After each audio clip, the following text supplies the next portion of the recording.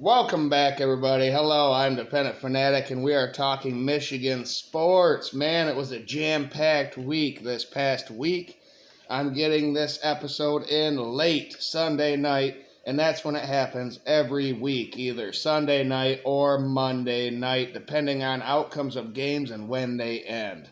Well, the Detroit Red Wings just beat the Canucks 3-2 in overtime. So now all of the sports, the male professional sports, and Michigan State athletics are concluded for Sunday. So here we go. Let's start with the Detroit Red Wings, shall we? They are on a heater. Don't look now, but Detroit has won 6 consecutive games.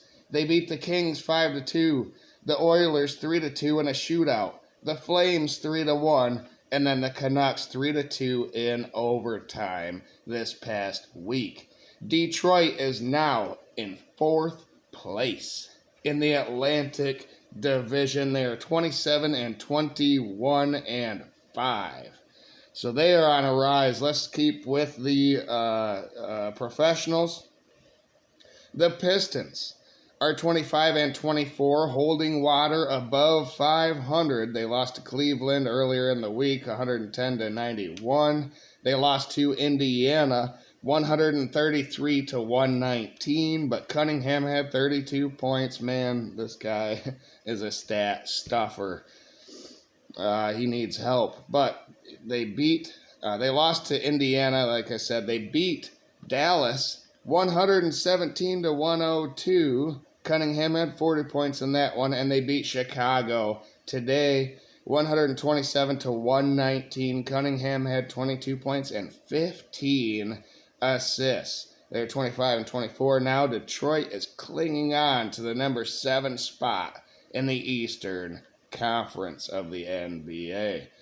All right, let's talk the Detroit Lions, shall we? Because they had some acquisitions on the coaching staff that are noteworthy. John Morton has worked with Dan Campbell before. He was hired as an offensive coordinator for the Lions. He's been coaching in the NFL since 1998 and was recently the pass game coordinator for the Denver Broncos, who helped Bo Nix look very good. The number 2 passer efficiency in the league to Goff. So now he gets to work with Goff going forward.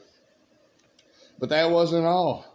On the offense, David Shaw was also hired as the pass game coordinator who worked with John Morton last year at Denver. He was the senior executive of player personnel. And we all remember him with Stanford and his days there, taking over for Jim Harbaugh when he left. And then David Shaw took over for Harbaugh in the NFL as well. Guy's a great coach. Everybody loves him. And he's a steady,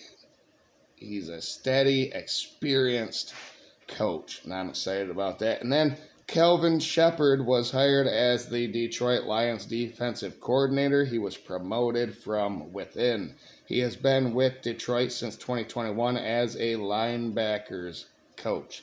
So Dan Campbell is putting a lot of trust in this first-year defensive coordinator, but he was with Aaron Glenn last season, and Aaron Glenn's defense was really good until all the injuries started to happen. So that'll be exciting to see what happens on Detroit's defense next year as well. All right, to the college game, and before we get to those who have played, college baseball is about to start. That's right. They have some games coming soon, and softball has already played some games. But Michigan baseball starts the season in Puerto Rico with games versus Virginia, Rice, and Villanova and Stetson.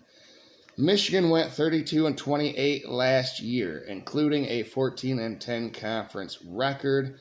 Tracy Smith, the head coach for the Wolverines, is entering year 3 in Ann Arbor. Michigan State baseball starts the season versus Western Michigan, Monmouth, in Dayton on the weekend of the 14th. So a couple weeks away, and we're going to be seeing both of these teams play some games. Michigan State went 24-27 last year, 11-13 in conference.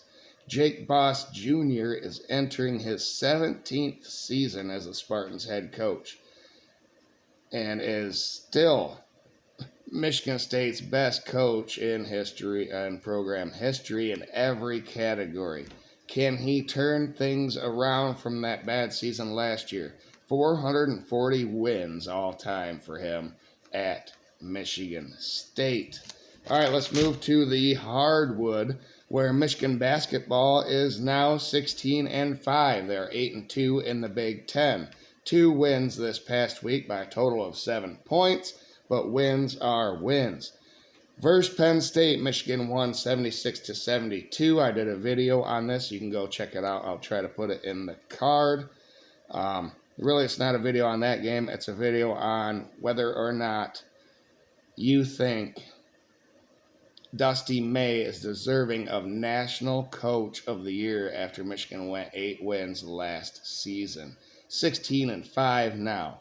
But in that game versus Penn State, Trey Donaldson had 21 points, 7 assists, 4 steals. Danny Wolf bounced back after a little bit of a lull offensively with 11 points and 9 rebounds. Michigan was out-rebounded, outshot, and outplayed in that game, but won the turnover differential for once. 9-18, Michigan led in that category and won that game. And then Saturday, Michigan was at Rutgers. Michigan reached 15 turnovers with 9 minutes left in the game. So a complete reversal of what they did in that category the game before. But Michigan made free throws. They made free throws down the stretch, and they benefited from Rutgers shooting only 32% from the floor, including 10 of 36 from the three-point line. Michigan won that game 66-63 in a dogfight. Up next for the Wolverines, Oregon comes to Michigan on Wednesday, and then Michigan travels to Indiana, Bloomington. They will play the Hoosiers on Saturday. Michigan State basketball, finally, their 13-game win streak came to an end for the number 7 team in the nation. They are 18-3 now, 9-1 in the Big Ten. They played Minnesota, and Michigan State won that game 73-51 this past week. Carson Cooper had 9 points, 11 rebounds, and 3 blocks. In that game, leading scorer was Trey Holloman with 12 points. Michigan State shared the ball and rebounded. They had a 40-22 rebound margin. That's why they won that game so handily. But then they went to the West Coast and played USC, and they took their first loss in the Big Ten, 70-64. Michigan State won in every way in this game except for free throw shooting. They were only 11 of 19. Shot percentage, rebounds, turnovers were all even in this loss. The only thing I could think of is they did not make their free throws, putting pressure on USC. Next up for Michigan State, though, they get to go back to the West Coast, or they might have stayed out there. They play UCLA on Tuesday. Michigan played back-to-back out there, too, and went 2-0 versus USC and UCLA. And then Oregon comes to Michigan State on Saturday. So a big week for both these teams coming up. And then guess what? They're going to start playing each other here pretty soon. Now, on the ice, Michigan hockey, number 13 in the nation, split another series, this time versus Penn State. Michigan had the first 2 goals in the first game, but Penn State tied it in the second period with a shorthanded goal. Then Penn State went up 2 goals, 4-2. Michigan tied it again with a Whitelaw goal after Cameron Corpy replaced Logan Stein. And Penn State scored the game winner with 5 minutes left, and Michigan could not answer. They lost the game 5-4. Game 2 was tied 2-2 until Michigan scored 3 goals in a matter of 2 minutes. Despite more penalties in that game, and Michigan is the most penalized team in the Big Ten, and I think in the nation, Michigan won 7-3 in the second game, so they split the series. Michigan hockey is now 15-11-2. We'll see how their ranking changes from number 13 this week. All right.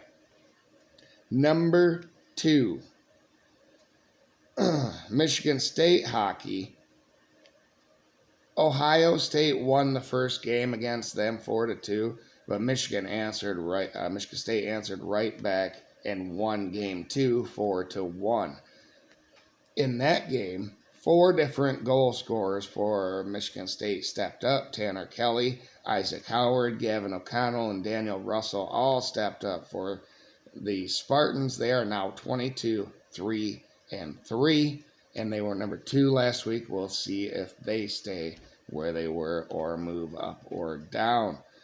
These 2 teams will be meeting Friday in Munn Ice Arena. That is the home ice stadium for Michigan State.